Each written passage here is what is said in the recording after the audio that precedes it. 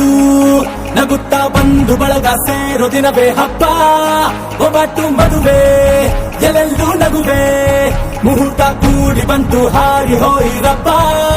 ಬ್ರಹ್ಮ ವರವಾಗಿ ನಮಗೆ ನಿನ್ನ ನೀಡಿದ ನಮ್ಮ ಯುವ ರಾಜ ನೀನೆ ಎಂದು ಹೇಳಿದ ಶುರುವಾಯ್ತು ಗಟ್ಟಿ ಮೇಳ ಸಡಗರದ ಹಾಸ್ಯ ಲಾಸ್ಯ ಆರಂಭ ಊರೆಲ್ಲ ಚಪ್ಪರ ಸಾರೋಣ